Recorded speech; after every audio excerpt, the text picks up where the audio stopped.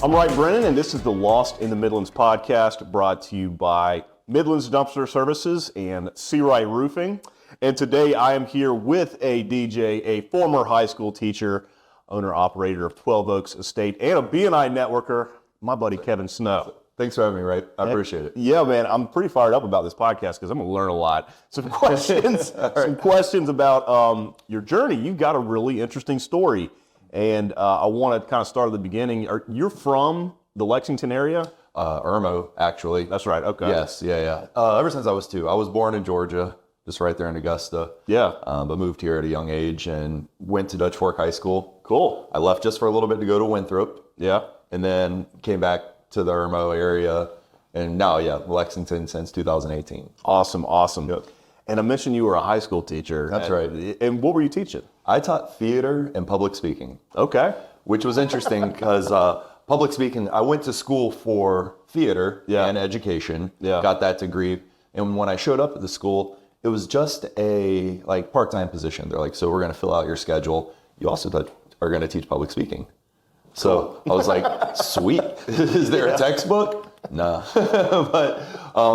So I basically, took the skills that I had from being on stage, vocal techniques, stage presence, so forth, and all these things, and I could, shift that to make it a public speaking course. And I looked up different types of speeches. You have persuasive and all sorts of things, and I actually loved teaching public speaking. You just made your own course up, basically. Yes, I did, and it was great. I mean, but for me, I enjoyed it. I really did. I learned a lot, from doing that and having all these students give their presentations, and it was interesting. And really a valuable life skill. I mean, you could even kind of relay that over like B&I. If you can speak publicly, you got a skill that it translates into some income as well. So that's one thing that I think is like a fringe benefit of B&I, because not everyone works in fields where they have to talk in front of people. That's right. But once a week, you got to get up and stand in front of some folks and, put some coherent thoughts together. And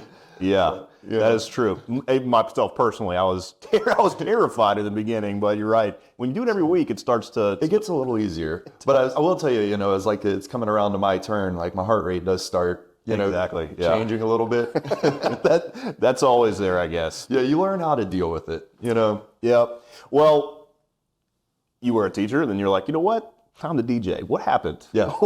Well, so one of my life goals was to entertain people with music. Thought I was going to be a rock star when I was younger. You're still a rock star, man. I appreciate it. But, took piano lessons and violin and played guitar and I sing.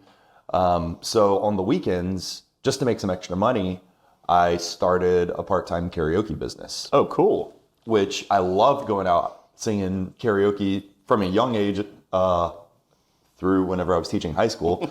And I was like, you know what?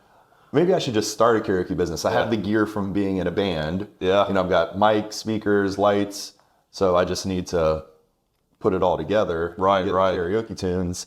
And so that was a lot of fun.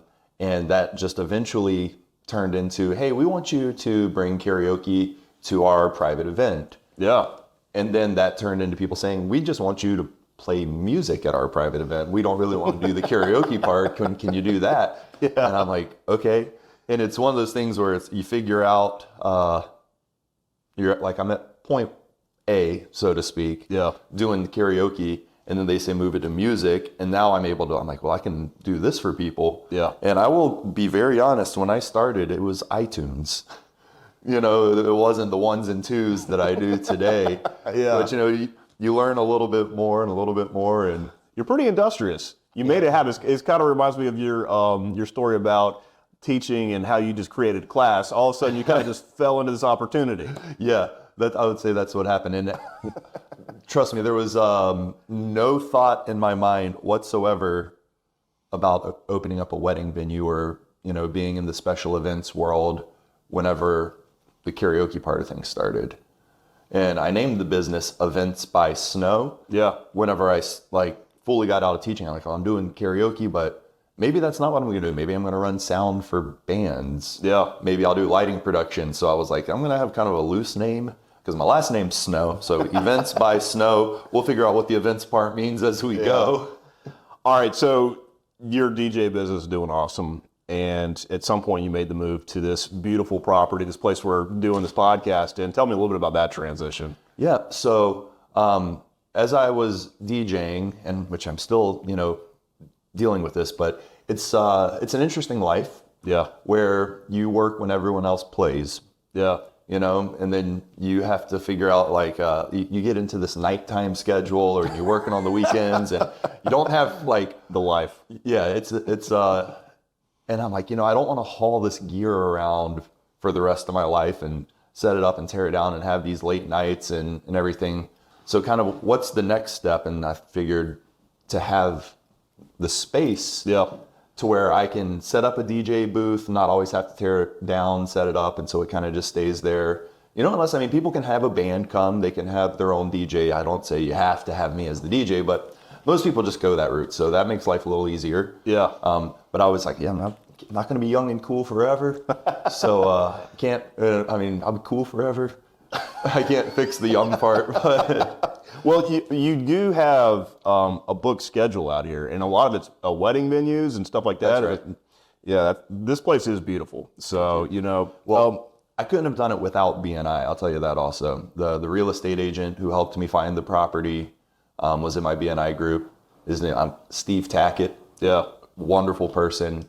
He did a really good job helping me out with finding this. And then, of course, when it comes to electricity and plumbing and everything else, it's all right there at my fingertips. Yeah, that's true. You get all the resources you need right there at BNI. Well, that's fantastic. All right, what advice would you give to somebody who's interested in getting into the event business? Yes. So, I will say that I had a bit of an advantage coming from the theater background.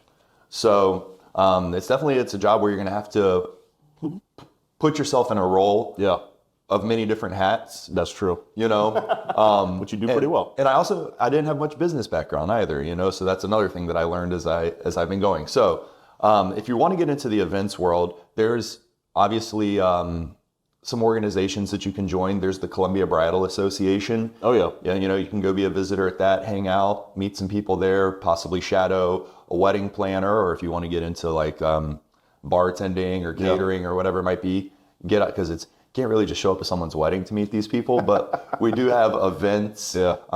So I would highly recommend getting in with the local people and, networking. Yep. Of course. It's not what you know to, Exactly. And then as you're getting into this, realize that a lot of people think they're like, hey, this looks like it's a lot of fun. I bet it's amazing to have your own place and, have all these happy times.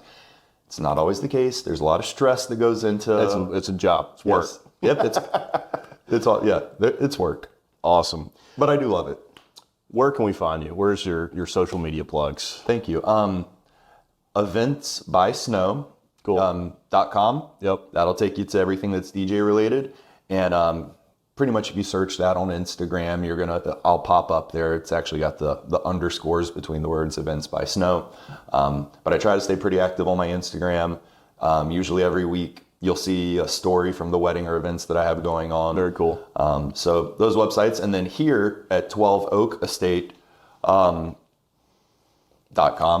12 is spelled out. Oak is actually singular. Okay. It's very common. I hear people put the S on it all the time. We're heading out to 12 Oaks. That's fine. Or they call it 12 Oaks Estate. But there was something about 12 Oaks. See how it doesn't roll off quite as well. Yeah. So I was like, I'm just going to clean that up and drop that one S. So it's 12 Oak Estate with 12 spelled out. And then same thing on Instagram for that. Fantastic. Hey, this is a beautiful place you have. We're fired up for this amazing event this evening. And I really appreciate you sitting down to talk to me. Well, I'm happy to be here and happy that something like this is going on. As much as I do love weddings, it's just a small piece of the pie of everything that can be done out here. For sure. Food truck festivals, if somebody has a reason to get people together or want to do some type of event, that is why I have this place. This is a place to do it. I want it to become eventually a living, breathing part of the Lexington community. Absolutely. Awesome. Yeah. Awesome. Love it, man. Yeah. Hey, thanks again. Of course, right? Thank you.